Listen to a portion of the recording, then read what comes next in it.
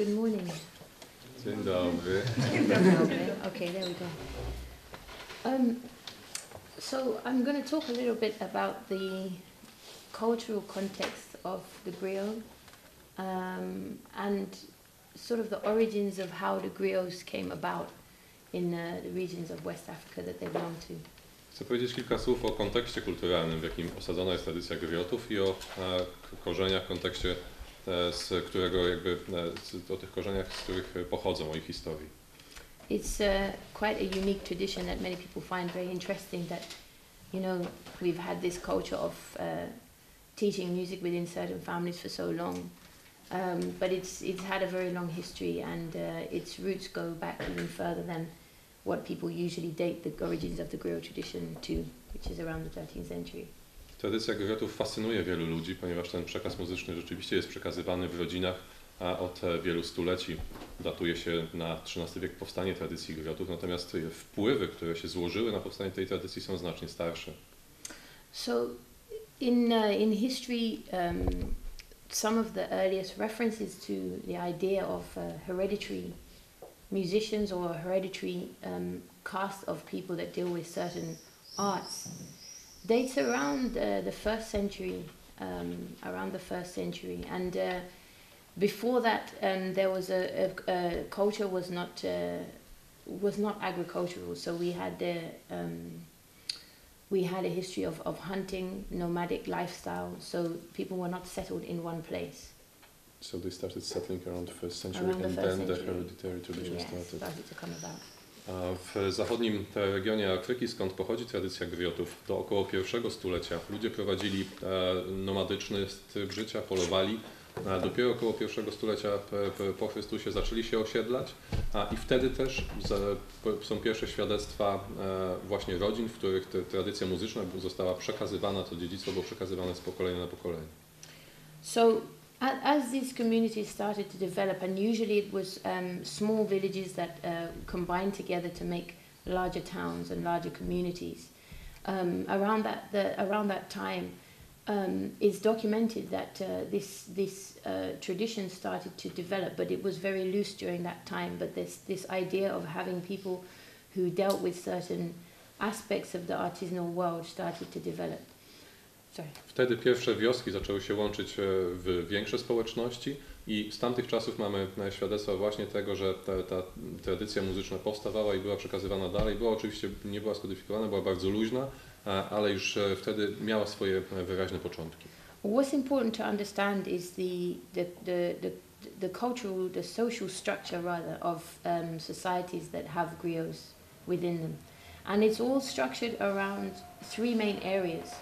You have the artisanal group, those who specialize in music, in the spoken word, in blacksmithing, and in leatherworking. And these people are the artisans of the society. And then you have the free people, what are called freeborn. Foro in Mandinka means to be free. So these people are those who are born into families, often nobility, or those who are not, prescribed to be of an artisan family. And these again have their own family names as well. And lastly, which you don't have so much now, at that time you also had the sort of the slaves of society as well. So that is no longer there. So now we have like a dual system, a dual structure of the freeborn and those who are born into griot or artisanal families. Żeby zrozumieć, kim byli grioci, musimy zrozumieć strukturę społeczną, w jakiej powstała ta tradycja. Te afrykańskie pierwsze społeczności składały się z jakby trzech kast, trzech grup ludzi. Z jednej strony byli artyści, rzemieślnicy, ludzie zajmujący się z jednej strony opowiadaniem, muzyką, ale też kowalstwem, też wyprawianiem skór. Z drugiej strony była kategoria tak zwanych wolnych ludzi. Byli to ludzie szlachetnie urodzeni, czy taka arystokracja, których jakby losem nie było być rzemieślnikami. Oprócz tego była trzecia grupa ludzi, którzy byli niewolnikami. W dzisiejszych czasach nie mamy już niewolników, ale pozostała ta dualna struktura z jednej strony rzemieślników, z drugiej strony swego rodzaju arystokracji, czy ludzi, którzy nie są rzemieślnikami. And there's a very special dependency between these two groups of people. The freeborn, those that rule, rely on the griots or on these artisan groups for things that they can't provide, which is their support. They are their spokespeople, the people that spread the word about what they do. There's a culture, obviously, of the griots being the people who are patriotic to the ruling caste at the time. And also, of course, the artisans rely on the freeborn as well for the structure of society, for ruling society, for offering a context which we have a structured society to be within. So there's an innate reliance, and one depends very much on the other. I te dwie kasty, te dwie klasy ludzi wzajemnie na sobie polegają. Z jednej strony wolni ludzie potrzebują gryotów, ponieważ ci wytwarzają różne rzeczy, ale też są ich rzecznikami, też mówią w ich imieniu, ich wkład jakby w budowanie takiej patriotycznej atmosfery był bardzo ważny. Z drugiej strony grioci potrzebują tej klasy rządzącej, która buduje społeczeństwo, zapewnia jej strukturę, zarządza nim i tak dalej. So at that time, around the first century is when at the time that's when metalworking started to come to the region. So they developed the profession of blacksmithing. And that was very important in history because that started, was the beginning of the early stages of empire building. Of course, the metalworking developed into an industry where we could start to conquer and to build the states. But at that time, the blacksmiths were also the same people that ruled society. So you can see here there wasn't such a distinction between those that played music and those that ruled. So it was loose at that time. But the blacksmiths were people that were associated with the ruling class. Natomiast w czasie, o którym mówimy, czyli około I wieku, jeszcze te podziały nie były tak wyraźne. Wtedy rozpoczął się w tym regionie Afryki, rozpoczęło się powstawanie przemysłu obróbki metalu. Tak? Pojawiali się pierwsi kowale. I ci kowale często byli jeszcze z tych rodzin rządzących. Ten podział nie był wtedy jeszcze tak wyraźnie zaznaczony jak teraz, ale już jakby to były pierwsze kroki ku budowie późniejszego imperium. Pojawienie się właśnie kowalstwa, obróbki metalu. And during the early stages of the Malian Empire, which is when the griot tradition as it's known today officially dates its origins back to, or at least what do we sing about? At that time there was the symbolic transfer of power in a way from the blacksmiths to the ruling classes and the griots. So that structure happened at that period, at the early stages of the empire. And there's stories, and probably the main important story is the story of the king, the ruler of Mali, called Sundiata Keita. Okay, now we are talking about the 13th century. Probably before 12 to 13. Yeah. I teraz, jeżeli przejdziemy już do początków Imperium Mali, czyli wiek XII-XIII, wtedy nasze opowieści, legendy powtarzane do dzisiaj przez griotów mówią o tym, że właśnie władza została przez griotów, przez artystów, przez kowali przekazana tej klasie rządzącej. Wtedy ten podział stał się wyraźny i się zaczął utrwalać. A jest to o tyle ważne, że jakby tradycja griotów, czyli właśnie powstanie tej tradycji, którą znamy dziś, wiąże się ściśle z powstaniem Imperium Mali. And I think the best thing for me to tell you is the story of Sundiata, because that is the central part of the griot tradition and its history is the Sundiata story, the origins of this tradition. And to this day it's the most known. Of course you cannot not know it, you have to know the story of Sundiata if you're a part of this culture. So it's incredibly important, and it lays all the foundation blocks of the origins of so many things that are special to the griot. I w tych legendach ważną rolę pełni król Sundiata. On jest tym pierwszym władcą i za jego czasów imperium zostało ufundowane, ale też wszystkie te późniejsze tradycje zostały założone, dlatego chcę wam opowiedzieć jego historię. So at this time, I will just start the story. I will try not to say too much before letting you speak. But there was a time when there was a buffalo that was ravaging the country. It was killing people. It was destroying fields. It was basically obviously destructive. And legenda mówi o wielkim bawole, który pustoszył krainę, zabijał ludzi i siał spustoszenie. There were many hunters that had tried to kill this buffalo. Wielu myśliwych próbowało go zabić. and obviously had failed. So there had been many hunters that had died trying to kill this buffalo. Żadnemu z nich się nie udało, wielu z nich zginęło próbując. And then came along two hunters. Aż wreszcie pojawiło się dwóch myśliwych, as you can surprise the guests, that these two are the ones that managed to capture this buffalo. Którzy, jak pewnie zgadujecie, którym udało się tego bawoła schwytać. So, and importantly, when the younger of the two brothers managed to actually kill this buffalo, Kiedy młodszy z nich zabił bawoła, the elder brother, at that time, again, this is important, the hunters, if those of you that came to the concert yesterday and saw Abu, hunters are not, the way griots are not the ones that rule, they are the ones that play music. For hunters, they are both. So they used to have political power in ancient times, but they do both. The one that is the praise singer and the one that is hunting is the same person. I tutaj znów trzeba podkreślić to, co pewnie widzieliście, jeżeli byliście wczoraj na koncercie Abu Dziary. On prezentuje muzykę myśliwych, czyli muzykę jeszcze sprzed okresu tego podziału na griotów, którzy są tylko artystami i królów arystokracji, którzy rządzą. Wcześniej w tych myśliwskich społecznościach grioci posiadali też, sprawowali też władzę polityczną.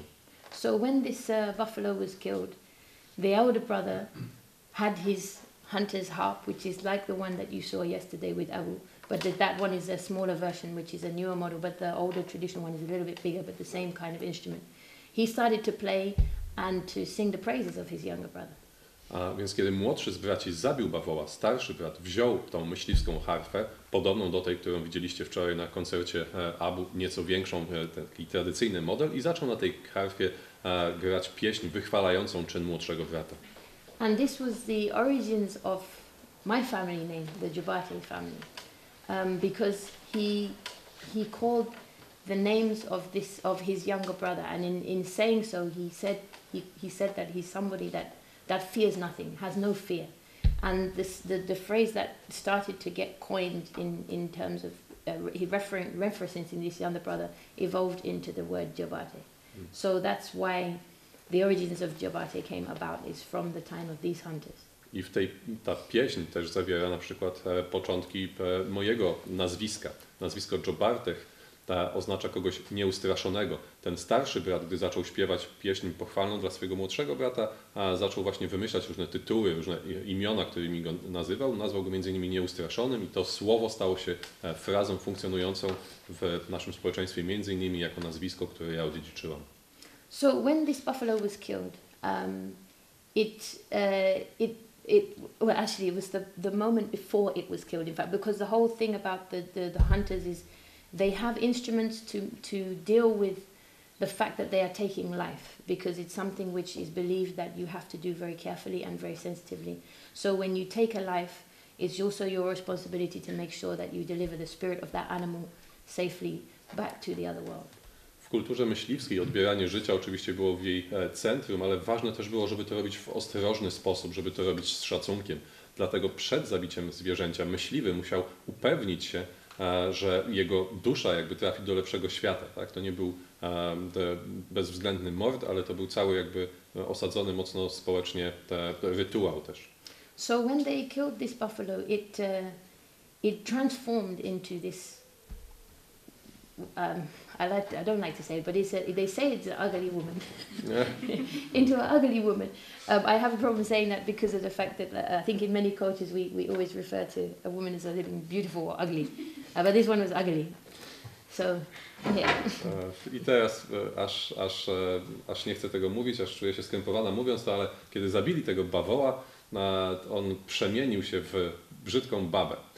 I Sona mówi, że nie chce jakby wzmacniać tego podziału na piękne i brzydkie kobiety, no ale tak mówi legenda, więc tego musimy się trzymać.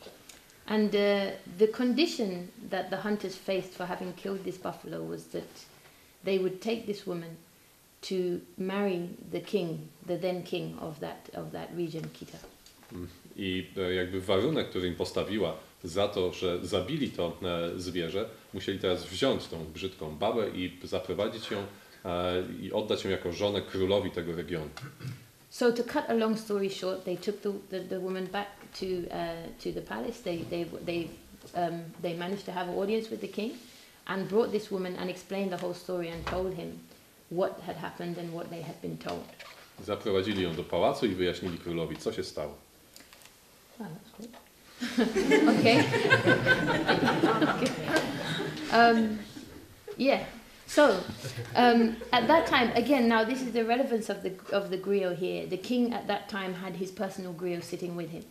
And of course, when the king saw this woman, he said, "You must be crazy. Don't marry this woman."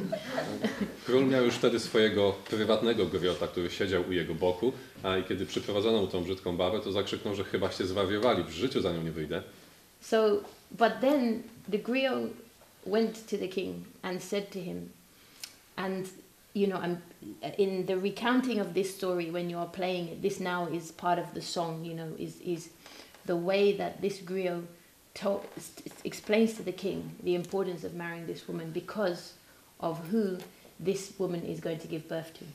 I teraz cała ta opowieść, którą Sona relacjonuje, to jest część pieśni i część całego jakby spektaklu wręcz, tak? Więc teraz następuje aria griota, który podchodzi do króla i tłumaczy mu, jak ważna jest ta kobieta ze względu na to, kto będzie jej synem, tak? Czy jakie dzieci urodzi. I z tego powodu, z powodu jej potomstwa, król musi ją poślubić. So this shows you the respect that a king has for his griot. That it is only the griot that can convince a king to do something that he doesn't understand why, yet he has ultimate faith in this person and his foresight, because griots are also believed to have foresight into things as well. I tutaj widzimy, jak wielkim szacunkiem król darzył griota. Ten griot był jedyną osobą, która była w stanie dzięki swojej wiedzy i wglądowi w taki ukryty aspekt rzeczywistości przekonać króla do tego, by poślubił tę kobietę. So again we go fast, and he married the lady, she had a child.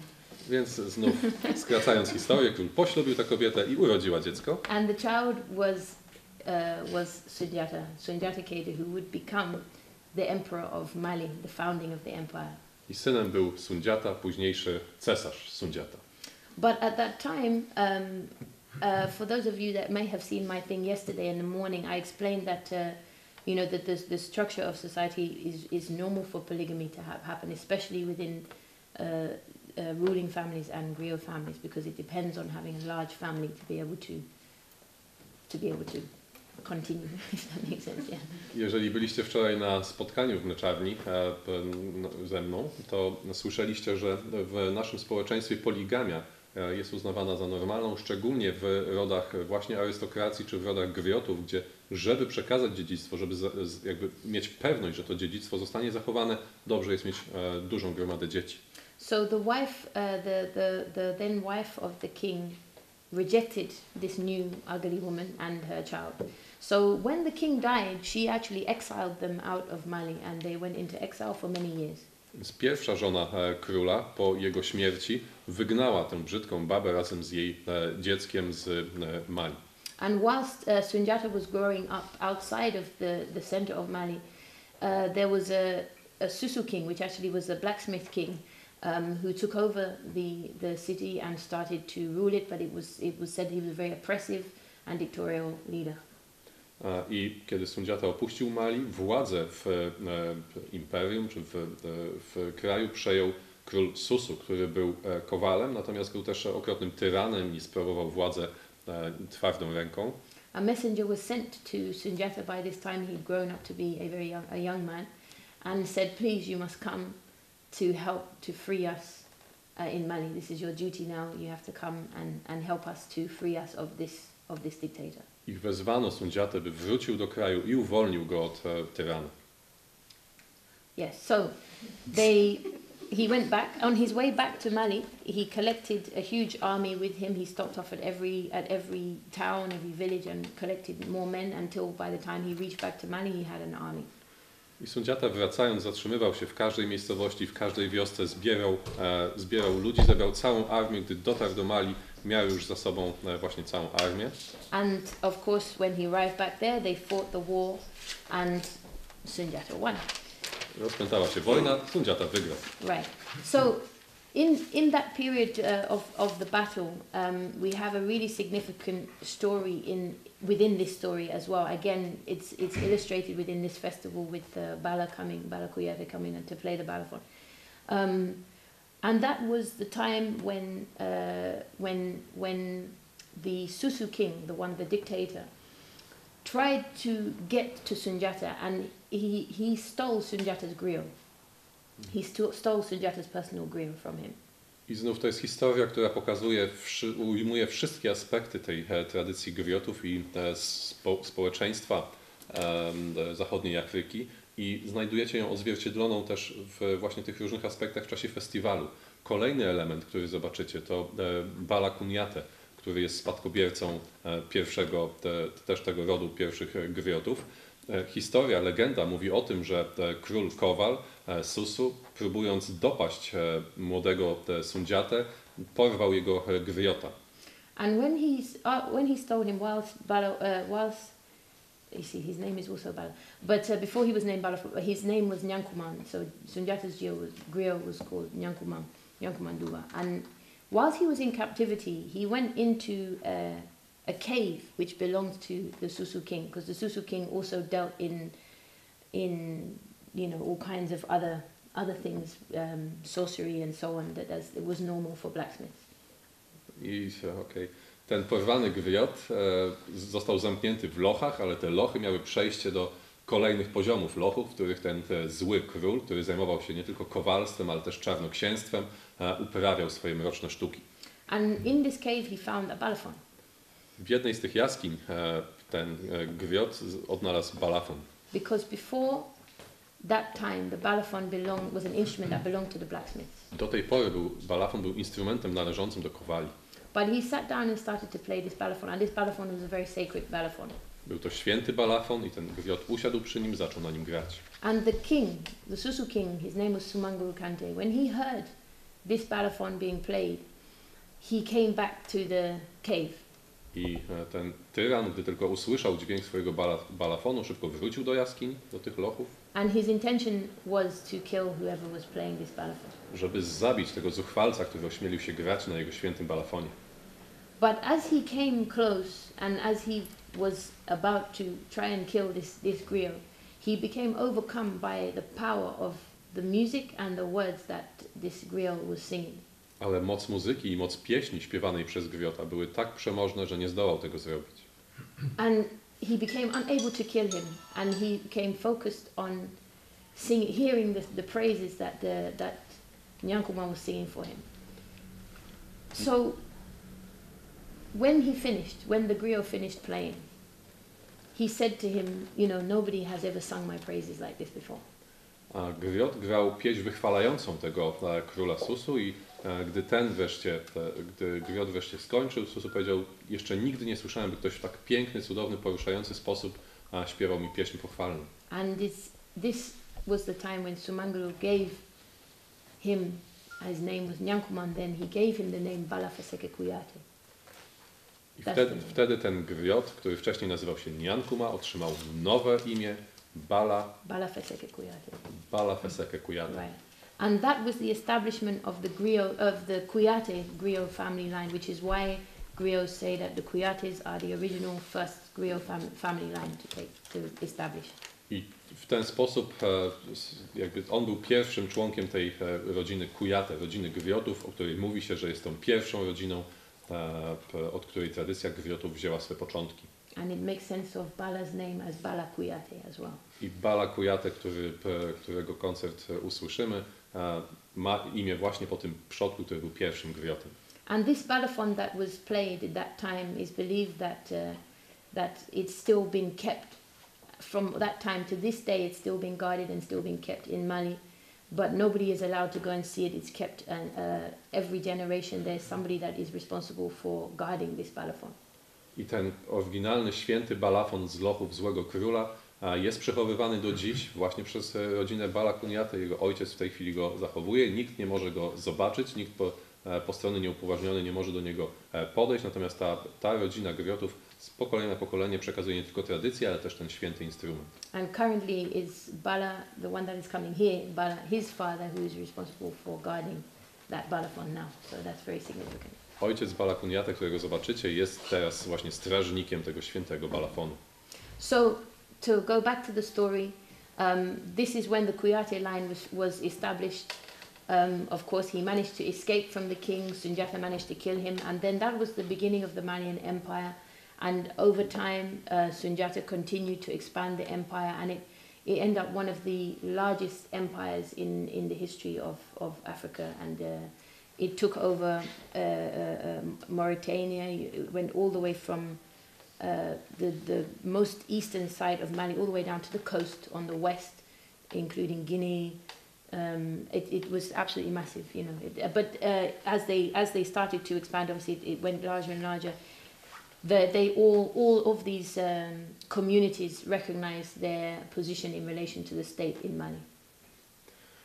Następnie temu griotowi udało się zbiec. Dobry król Sunjata zabił złego króla, założył imperium malijskie i ono później miało coraz szersze wpływy, stawało się coraz większym tworem, było jednym z największych afrykańskich imperiów i wszystkie te kraiki, plemiona, które podbijali, uznawały jakby zwierzchność cesarza z Mali. So that's the origins of the griot. This is the story that is told now to this day. There's many songs that are associated with this story, and they are key to the cultural identity of the griot in all of the countries that have the griot tradition in West Africa. To jest historia, która ukazuje początki tradycji griotów. Jest bardzo wiele pieśni, które o niej mówią. Jest ona kluczowa dla tożsamości griotów w całym regionie zachodniej Afryki. So now, just now moving into the context of the griot in society on a day-to-day basis. The griot has always been believed, as you can sort of see from the story I've told, that the griot has always been believed to have unique powers of understanding and powers with their connection to the art that they do. Teraz chciałbym przejść do roli griotów w takim codziennym życiu. Jak słyszeliście w tej historii, wierzy się, że grioci mają dostęp do szczególnej mocy, szczególnego wglądu poprzez to, co robią. And in this culture it's believed that everything has a spirit inside it. Everything has some force inside it. W Afryce wierzy się też, że pod powierzchnią materialną wszystkich rzeczy mieszka ich duch, że wszystko ma jakąś szczególną duchową siłę. So therefore to be an artist requires certain powers to be able to command those things that have spirits within them. Więc bycie artystą wymaga też zdolności kontrolowania tych mocy. That's why the blacksmiths had those powers to be able to deal with metalworking and carving and so on. The griots were those that could deal with the powers contained within music and also speech and the spoken word. The leather workers and so on. That's the belief. That's the core of that.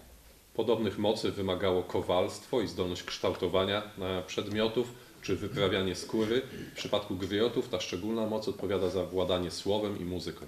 And the ability to deal with these spiritual forces is believed to come with the fact that you've been born into a griot family, something that you are believed to be born with. I aby mieć tą moc, trzeba się z nią urodzić i trzeba urodzić się w odpowiedniej rodzinie. So, the point I was going to make was Griot in everyday life. Yes, griot in everyday life. Right. So now today you also see this respect is still there between those who are not born within these griot families and those who are born within these families, because it is understood that these are the only people that can deal safely with this spiritual world. I do dziś jakby zachowuje się to przekonanie, że aby być griotem, trzeba urodzić się w odpowiedniej rodzinie, dlatego że tylko wtedy mamy tę siłę, która pozwala bezpiecznie zajmować się tymi duchowymi światami, tak, tymi mocami duchowymi. In society today you will still see when a griot performs, many people will come and give a lot of money to the person that is singing or playing. Dziś też zdarza się, że jeżeli griot w jakiejś wiosce śpiewa, ludzie przychodzą do niego, dają mu pieniądze, dają mu dary. From the outside perspective, it may look like a payment, or that you are trying to sponsor or to support the artist because you are loving the music, which is still part of it a little bit. But it has its roots in something much more deep, which is the idea that there's a reverence for the griot because of their powers. I wygląda to trochę jakby ludzie przychodzili, żeby zapłacić griotowi za jego muzykę, czy wesprzeć go, jakby dać mu pewien mecenat z tego powodu, że ludzie kochają tą muzykę, ale tak naprawdę głębszy sens tego, czy tradycja tego wywodzi się właśnie stąd, że ludzie w ten sposób okazują griotom, muzykom szacunek za tą ich siłę do kierowania tymi niewidzialnymi siłami. And when somebody has powers over the spiritual world, often there's an element of sacrifice that needs to take place. I zawsze, kiedy pojawia się aspekt radzenia sobie z jakimiś niewidzialnymi duchowymi siłami, pojawia się też idea ofiary, którą trzeba ponieść, żeby móc tę moc zdobyć. It's like the sacrifice is what maintains the balance. Ofiara utrzymuje równowagę. And the mode of sacrifice is by giving. It happens to be money, but it's like you are giving something of yourself to the griot, who is the person that is mediating between this world and the other world. I tą ofiarą to jest właśnie ten datek pieniężny, który ludzie przychodzą, dają temu griotowi właśnie za to, że utrzymuje on, że mediuje on pomiędzy światem widzialnym i niewidzialnym. And to this day, this is something you will see at any performance in Africa with griots. You will see this that people go and just keep giving and giving and giving, and it's part of that thing of, you know, they are giving back because they revere this person and their powers of what they're able to do in society. I na koncertach w Afryce zobaczycie to cały czas, że griot śpiewa, a ludzie przychodzą, dają mu pieniądze, a nie przestają dawać właśnie z szacunku dla jego mocy i dla tego, co robi dla ludzi, jakby pośrednicząc między światem żywych a światem niewidzialnym. So to this day, the traditions are still very, very strong within most of the countries which the griots belong to in West Africa. I ta tradycja jest ciągle żywa w prawie całej zachodniej Afryce. And it's still being protected by this endogamy, i.e. marrying within the griot families. So like my family, you can marry, but you have to marry one of the griot families into one of the griot families. I jest też przestrzegane to, żeby właśnie żenić się, czy brać sobie partnerów tylko z innych rodzin, w których ta tradycja griotów jest przekazywana. And this is the way that the tradition has been maintained for so many centuries since the time of Sunjata. I udało się tę tradycję dzięki temu zachować przez bardzo wiele stuleci, aż od czasów legendarnego króla Sunjaty. And there is a sense of responsibility as well. You know, if you decide to take up an instrument and to represent your culture, there's a sense of responsibility as well, because you're the one that's now carrying the tradition on your shoulders. I łączy się też z tym duże poczucie odpowiedzialności, ponieważ kiedy bierzesz instrument do rąk, zaczynasz grać, to teraz twoją rolą jest zachowanie tej tradycji, przeniesienie jej dalej. Przepraszam, można do tego pytanie? Yes, please, go ahead. Co się dzieje, kiedy ludzie uczą się czytać i pisać? Dlatego, że ta tradycja istnieje w głowach, w duszy griotów, oni ją przekazują. Wszędzie tam, gdzie pojawia się druk, słowo pisane, te proporcje się zmieniają. Czy to ma jakiś wpływ na odbiór? This is an oral tradition and the oral transmission of the music of the songs. What happens when people start to learn to read and write? Does it change things? Because it usually do in traditional societies, yeah? So far it hasn't had much effect on the tradition. I think because of the fact that the way that you learn the tradition is orally. So people reading and writing, they can still go on and write the things that they've learned, but the learning of it is done orally. So that process is still maintained.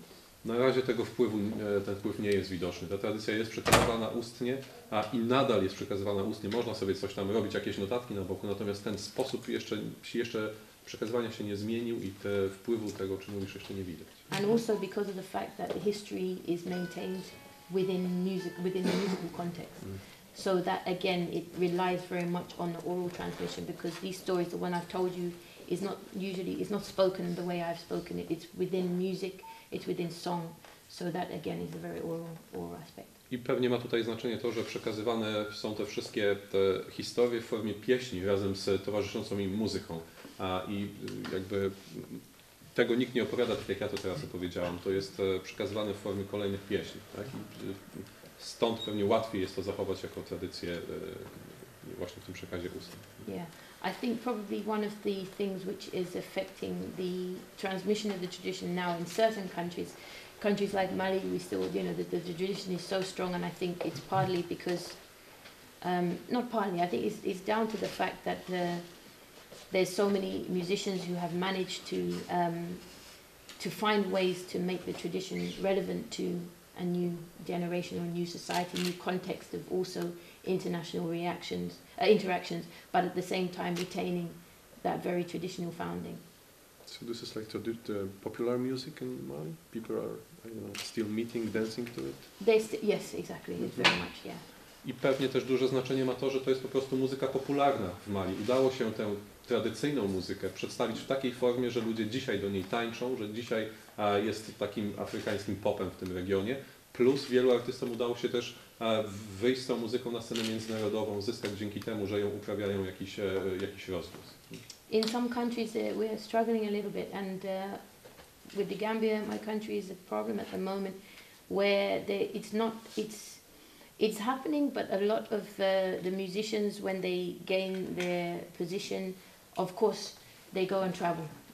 They start to perform elsewhere. So what starts to happen is there's less young children being grounded in the tradition, in the formalistic way that it used to be.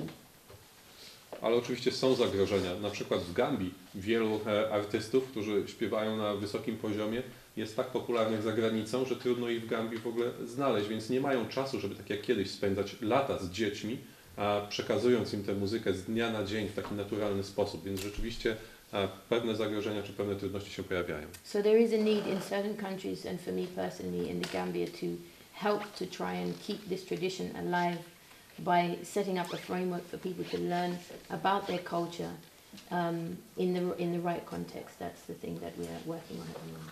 Dlatego myślę, że pojawiła się taka potrzeba i to jest to, co ja próbuję robić w Gambii, żeby zbudować jakiś bardziej formalny sposób przekazywania tej tradycji dzieciom poprzez jakieś szkoły czy jakieś formalne kursy już przekazywania tej muzyki, tych pieśni. And this is a source of why I've established this music school in the Gambia, and at the moment working on devising the curriculum which will be the first official curriculum for studying Manding music in West Africa. I dlatego ja teraz założyłam w Gambii szkołę, teraz piszę program do tej szkoły, to będzie pierwsza szkoła muzyki Manding w Afryce.